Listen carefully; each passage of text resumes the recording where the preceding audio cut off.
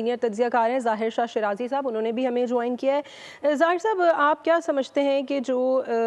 اسرائیل ایران جنگ ہے جس میں امریکہ نے انٹروین کیا، اور جو کہ اسرائیل کی تو یہ خواہش ہی تھی، جس طرح امریکہ کے اندر سے بھی ہم نے دیکھا کہ آوازیں اٹھ رہی تھی، امریکی سینیٹرز جو ہیں انہوں نے بھی امریکہ کو اس بات پر خبردار کیا تھا، صدر ٹرمپ کو، کہ اس جنگ میں وہ انٹروین نہ کریں۔ اس وقت جو سب سے عام ایشو ہے ایران کی اپنی سروائیول ہے، کیونکہ اگر آپ اس کے نیوکلیر ایسٹس کو ٹارگٹ کر رہے ہیں، آپ نے اس کی نیوکلیر سائنٹسٹ کی کمانڈ کو جو ہے وہ ویپ آؤٹ کیا، اس کی ملٹری لیڈرشپ کو آپ جو ہے وہ ٹارگٹ کر کے ایلیمینیٹ کرنے کی کوشش کر رہے ہیں، بلکہ کر دیا ہے آلموسٹ۔ میرے خیال میں ایران کے پاس آپشن کوئی نہیں تھا، اسرائیل کو دور سے ٹارگٹ کرنا ایک الگ بات ہے، لیکن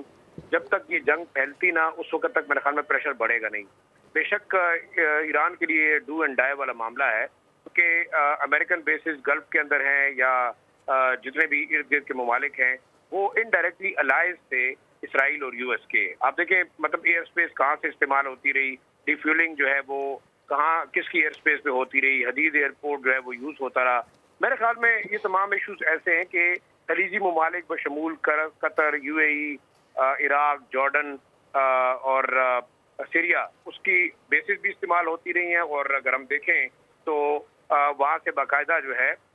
اسرائیلی ایئر کرافٹ آ کے بمباری کرتے رہے، تو اس کا مطلب یہ تمام ممالک نے اجازت دی ہوئی تھی کہ ان کی ایئر اسپیس استعمال کی جائے۔ اب اگر آپ اوور آل دیکھیں، ایران کے پاس آپشن صرف اسرائیل کو ٹارگٹ کرنی تھی۔ ٹھیک ہے، کچھ تجزیہ کار یہ کہہ رہے ہیں کہ ٹریک کیا یو ایس کو، لیکن یو ایس کے لیے بھی اتنا آسان نہیں ہے۔ اسٹریٹ آف ہارمز اگر بلاک ہوتی ہے، میرے خیال میں پریشر بڑھے گا۔ دو آپشن ہوں گے، یا تو آپ ایران کو مکمل ویپ آؤٹ کریں، اس کو ریجیم چینج کریں۔ کیا پاکستان، چائنا اور رشیا افورڈ کر سکتا ہے؟ یہ ایک بہت بڑا سوال ہے، کیونکہ میرے خیال کے بعد جو لاسٹ آپشن اس ریجن کے اندر ہے وہ آپ کے پاس ایران رہ جاتا ہے، اور اگر ایران کے اندر ریجیم چینج ہوتی ہے، پرو اسرائیلی اور پرو یو ایس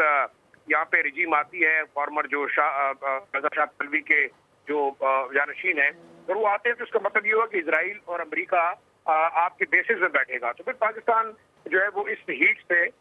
جو ہے وہ مبرہ نہیں ہو سکتا، اور چائنا بھی جو ہے وہ افیکٹ ہوگا۔ تو میں یہ سمجھتا ہوں کہ رشیا اور چائنا ڈائریکٹلی اور انڈائریکٹلی جو ہے وہ اس سسٹم کے اندر اور اس جنگ کے اندر وہ بالکل شریک ہیں۔ اب اگر ہم یہ کہیں کہ جی ایران کو آپ آسانی سے ٹارگٹ کرتے، فائنینشیل ہبس کو ٹارگٹ کرتے ہیں، تو بہت زیادہ پریشر بڑھے گا۔ لیکن میں یہ سمجھتا ہوں کہ اس وقت یہ جو اسٹرائک کی میرے خیال میں ایک سمبولک میسج بھی تھا کہ ایران جو ہے وہ ریٹیلیٹ، اس کی سروائیول کے لیے بھی ضروری تھا کہ وہ امریکی حملے کے خلاف ریٹیلیٹ کرتا۔ اب اس کے ریپرکشنز کیا ہوتے ہیں، ایران کتنا وسٹینڈ کرتا ہے، لیکن ایک چیز جو ٹیکنیکلی دیکھیں، ایرانی وزیر خارجہ جب پوٹن سے ملے تو اس کے بعد یہ اسٹرائک کی گئی، تو اس کا مطلب ہے کچھ ایشورنسز میرے خیال سے جو ہے وہ رشیا کی جانب سے بھی ہیں۔ چائنا پہلے جو ہے وہ اس کی ملٹری سلاٹیز ہو رہی ہیں ایران کے اندر، تو میرے خیال میں سچویشن بڑی کمپلیکس ہے، یہ تمام لوگ افیکٹ ہوں گے۔ اب سب سے امپورٹنٹ پاکستان خود ہے، کیونکہ امریکہ کا ایران کے اوپر حملہ، اس کے نیوکلیئر سائٹس کو ٹارگٹ کرنا اور ایران کی ریٹیلیشن، یہ میرے خیال میں پاکستان بڑی کمپلیکس سچویشن کے اندر ہے، اور ہم نے یہ دیکھنا ہوگا کہ ہمارا جو دشمن ہے، جو کہ واقعی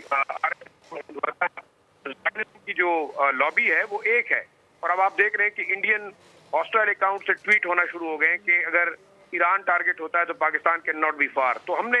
اپنے بارڈرز کو دیکھنا ہے، اپنی چیزوں کو دیکھنا ہے۔ تو اگر ہمارے لوگ یہ سمجھتے ہیں کہ ہم اس جنگ سے باہر ہیں، تو میں نہیں سمجھتا کہ پاکستان پر اس کے اثرات نہیں ہوں گے۔ ہماری پالیسی بڑے واضح ہونی چاہیے، بڑا ٹیکنیکلی اور ٹیکنیکلی ہمیں ان چیز کو دیکھنا ہوگا، کیونکہ we can not be part of a war جو کہ کسی اور کی ہے، لیکن ہم نے اپنی سرحدوں کی حفاظت ضرور کرنی ہے۔ ٹھیک ہے، یہ بھی فرمائیے گا ظاہر صاحب، ایرانی وزیر خارجہ جو ہیں وہ آپ سمجھتے ہیں کہ جو چائنا اور رشیا کے ساتھ ان کی ڈیٹیل مذاکرات ہوئے ہیں، اس سچویشن میں جو بڑی طاقتیں ہیں لائک چائنا ہے، رشیا ہے، ان ممالک کا کیا کردار ہو سکتا ہے؟ ہمارے ساتھ موجود تھے ظاہر شاہ شرازی صاحب، سینئر تجزیہ کار۔ سبسکرائب کریں اور بیل دبائیں تاکہ کوئی خبر رہ نہ جائے۔